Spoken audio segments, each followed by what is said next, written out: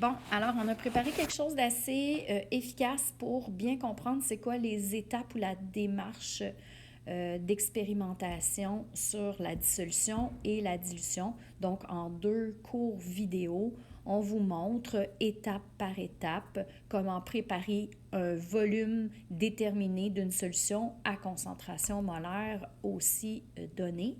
Donc, j'ai inséré aussi le petit calcul.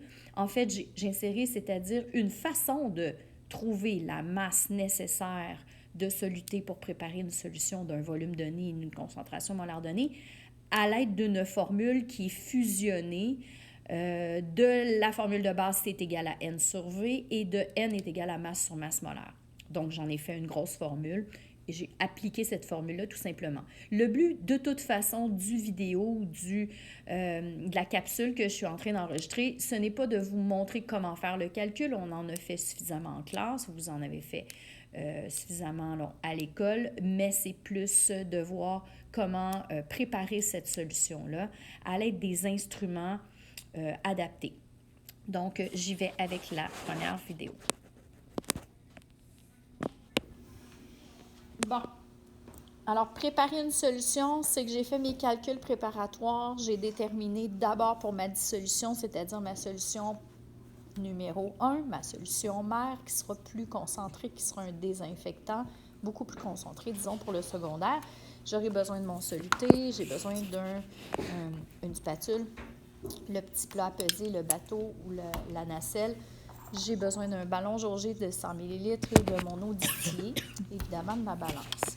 Donc, ce que je fais, c'est que je commence par placer mon petit bateau ici sur ma balance. Je pèse sur 0 pour remettre ma balance à 0 et je vais aller chercher la masse requise calculée dans mon calcul préparatoire.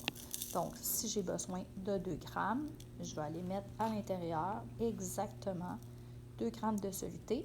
J'y vais tout doucement, grain par grain quand je suis rendue pas très loin, en donnant des petits coups sur ma spatule. Et quand je suis rendue à 2 grammes, j'évite évidemment d'en mettre partout. Et si j'en mets partout, si j'en échappe, je recommence. Et là, je suis à 2 grammes, 0 pile. Je n'ai pas besoin de ça. Voilà. Une fois que j'ai placé mon 2 grammes à l'intérieur de mon petit bateau, je retire mon bouchon. Je fais très attention de ne pas le perdre et assurez-vous que le bon bouchon est sur le bon ballon volumétrique, puisqu'un petit bouchon comme celui-là, qui est mis dans un gros ballon, va rentrer à l'intérieur, rester pris.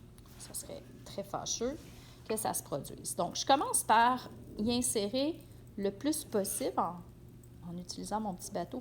Vous pouvez le plier, il n'y a pas de problème, il est en aluminium, en évitant d'en échapper sur le comptoir le plus de sel. Ça colle sur les parois, c'est vraiment, vraiment pas grave.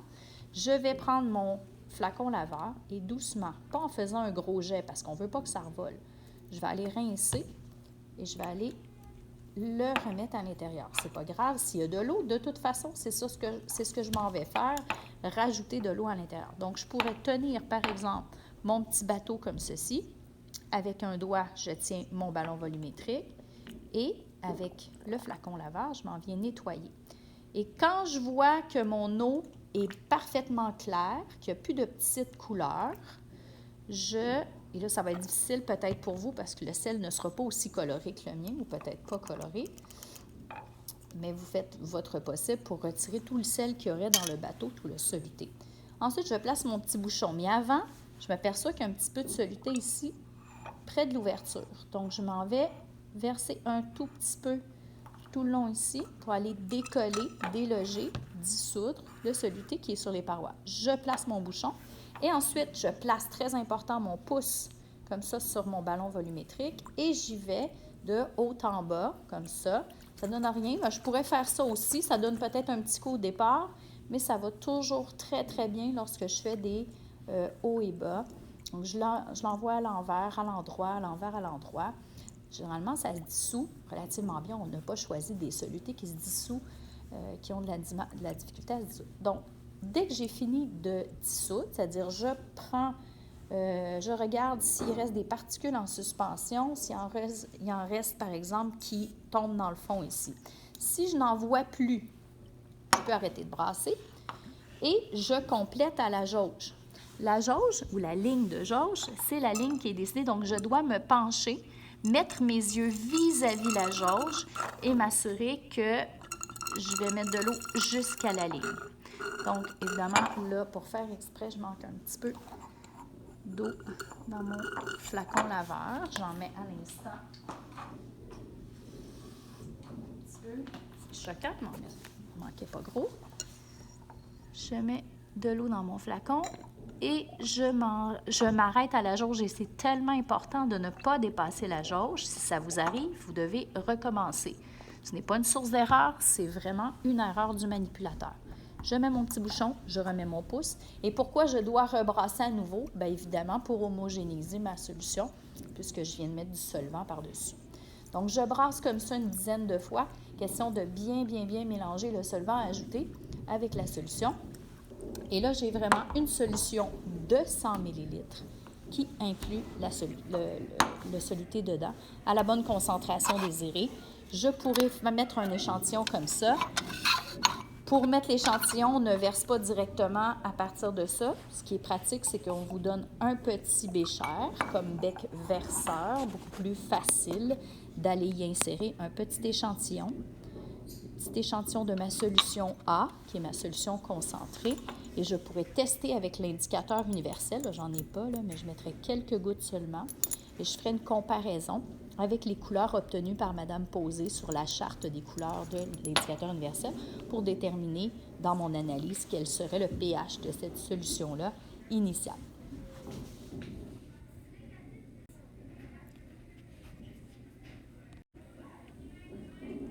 Donc, même principe pour cette diapo où là, cette fois-ci, je fais la dilution de la solution mère pour en produire une solution fille d'un volume bien déterminé et d'une concentration diluée déterminée. J'ai inclus encore une fois le petit calcul C1V1 égale C2V2 pour aller déterminer le volume à prélever de ma solution concentrée, pour l'insérer dans mon second ballon pour en faire ma dilution. Donc, vous aurez encore une fois les étapes et matériels nécessaires pour faire votre dilution. Maintenant, on est rendu à la dilution. Donc, on a du matériel un peu différent, c'est-à-dire un cylindre gradué pour aller chercher un volume de solution initiale à prélever, c'est-à-dire le volume V1 initial à prélever, pour obtenir un volume V2 qui, dans les consignes, était de 250 ml. Donc, je prends mon concentré tout à l'heure. J'ai calculé que j'avais besoin de 25 ml de concentré. Donc, j'ai utilisé mon cylindre.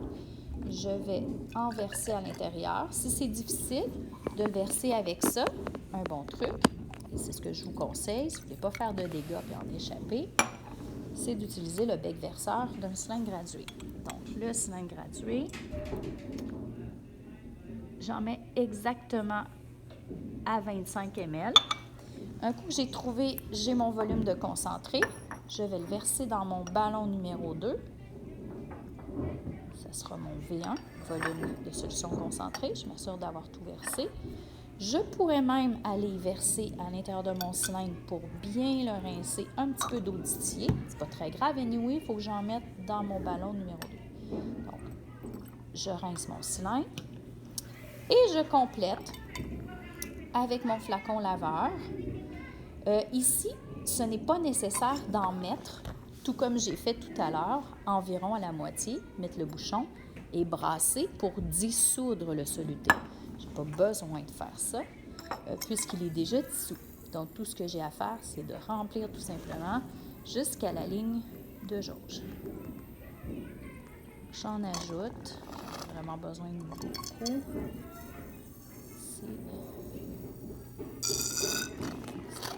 J'espère en avoir assez. Oh, là, je m'arrête. Il faut vraiment être très précis quand on arrive tout près. Voilà, j'arrive pile dessus. J'utilise le bon bouchon, très important, le petit bouchon. Je le remets même par sécurité sur mon petit ballon. Je prends mon gros bouchon, je le mets dessus et je fais comme j'ai fait tout à l'heure, c'est-à-dire je vais brasser de haut en bas, à l'envers, à l'endroit, une bonne dizaine de fois, certains, 10 à 15 fois. Question de bien mélanger, rendre homogène ma solution. étant donné que je viens de rajouter beaucoup de solvant. Et là, si je l'ai bien brassé, si ma solution est bien préparée, si mes calculs sont bien effectués, si mes manipulations sont très précises, bien, je pourrai récolter un échantillon de cette solution et la tester tout comme tout à l'heure dans un petit godet, qu'on appelle ici la plaque à godet. Le godet numéro 2, j'irai encore une fois y mettre un peu d'indicateur universel. Si j'en avais, je mettrais quelques gouttes. Et j'obtiendrai une couleur que je pourrais comparer avec la charte des couleurs de l'indicateur universel. Voilà.